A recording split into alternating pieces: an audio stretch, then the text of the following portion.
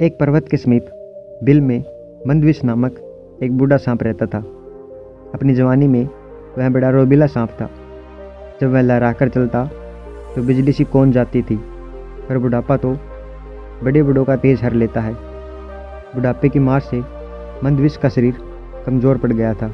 उसके विष दंत हिलने लगे थे और फुफकारते हुए दम फूल जाता था।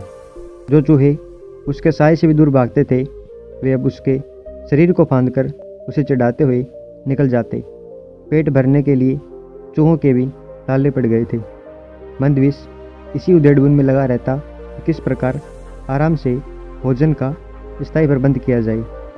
एक दिन उसे एक उपाय सूझा और उसे आजमाने के लिए वह दादू सरोवर के किनारे जा पहुंचा।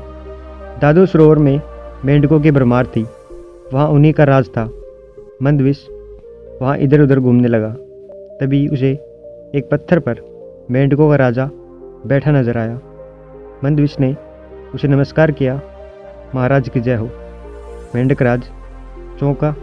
तुम तो हमारे दुश्मन हो, मेरी जय का नारा क्यों लगा रहे हो? मंदविश विनम्र स्वर में बोला, राजन, वे पुरानी बातें हैं। अब तो मैं आप मेंढकों की सेवा करके पापों को धोना चाहता हूँ, श्राप से मुक्ति चाहता हूँ। ऐसा ही मेरे नागगुरु का आदेश है। मेंढक राज ने पूछा, उन्होंने ऐसा विचित्र आदेश क्यों दिया? मंदविश ने मनगढ़ंत कहानी सुनाई। राजन, एक दिन मैं एक उद्यान में घूम रहा था। वहाँ कुछ मानव बच्चे खेल रहे थे। गलती से एक बच्चे का पैर मुझ पर पड़ गया और बचाव स्वभाववश में मैंने उसे काटा और वह बच्चा मर गया। मुझे सपने में भगवान श्री कृष्ण नजर आए और श्राप दिया कि मैं वर्ष समाप्त होते ही पत्थर का हो जाऊंगा।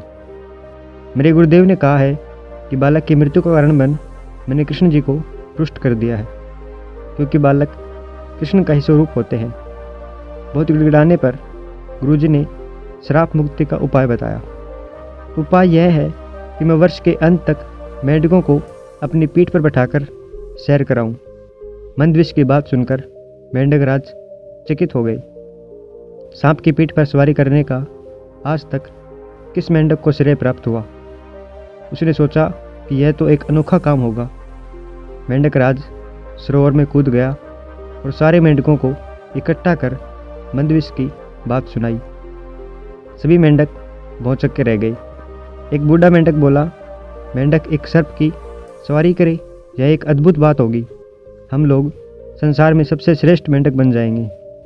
एक सांप की पीठ पर बैठकर सैर करने के लालच ने सभी मेंढकों की अक्ल पर पर्दा डाल दिया था। सभी ने हाँ में हाँ मिलाई। मेंढक राज ने बाहर आकर मंदविश से कहा, सर्प, हम तुम्हारी सहायता करने के लिए तैयार हैं। बस फिर क्या था, 8-10 मेंढक मंदविश की पीठ पर सवार हो गई और निकली सवारी सबसे आगे राजा बैठा था। मंदविश ने इधर उधर सैर कराकर उन्हें सरोवर तट पर उतार दिया। मेंढक मंदविश के कहने पर उसके सिर पर से होते हुए आगे उतरे। मंदविश सबसे पीछे वाले मेंढक को कब से खा जाता। अब तो रोज यही क्रम चलने लगा। रोज मंदविश की पीठ पर मेंढकों की सवारी निकलती और सबसे पीछे उतरने वाले को खा जाता। एक दिन एक दूसरे सर्प ने मंदविश को मेंढकों को ढोते देख लिया। बाद में उसने मंदविश को बहुत धिक्कारा। अरे, क्यों सर्प जाति की नाक कटवा रहा है? मंदविश ने उत्तर दिया, समय पड़ने पर नीति से काम लेना पड़ता है। अच्छे बुरे का मेरे सामने सवाल नहीं है। कहते हैं कि मुसीबत के समय गधे को भी बाप बनाना पड़े तो बनाओ।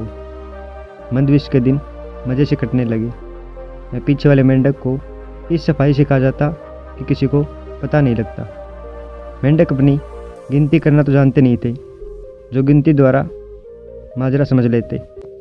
एक दिन मेंढक राज बोले, मुझे ऐसा लग रहा है कि सरोवर में मेंढक पहले से कम हो गए हैं, पता नहीं क्या बात है। मंदविश ने कहा, हे राजन, सर्प की सवारी करने वाले महान मेंढक राजा के रूप में आपकी ख्याति दूर दूर तक पहुंच रही है। यहाँ के बहुत से मेंढक आपका यश फैलाने दूसरे सरोवरों, तलों व झीलों में जा रहे हैं। मेंढक राज की छाती गर्व से फूल गई। अब उसे सरोवरों में मेंढकों के कम होने का भी गम नहीं था। जितने मेंढक कम होते जाते वह यह सोचकर उतना ही प्रसन्न होता कि सारे संसार में उसका झंडा गड़ रहा है। आखिर वह दिन भी आया जब सारे मेंढक समाप्त हो गए, केवल मेंढक राज अकेला रह गया। उसने स्वयं को अकेले मंदविश की पीठ पर बैठा पाया। उसने मंदविश से पूछा, लगता है सरोवर में मैं अकेला रह गया हूँ, मैं अकेला कैसे रहूँगा? मंदविश मुस्कुराया, राजन आप चिंता न करें, मैं आपका अकेलापन भी दूर कर दूंगा। ऐसा कहते हुए मंदविश ने मेंढक राज को भी गप से निगल लिया और वहीं भेजा जहाँ सरोवर के सारे मेंढक पहुँचा दिए गए थे। इस कहानी से हमें यह सीख मिलती है कि शत्रु की बातों पर विश्वास करना अपनी मौत को दावत देना है। इसलिए हमेशा सतर्क रहें और अपने दुश्मनों से सावधान रहें। अगर कहानी अच्छी लगी हो तो अपने दोस्तों के साथ ज़रूर शेयर करें और हमारे चैनल को सब्सक्राइब करना ना भूलें।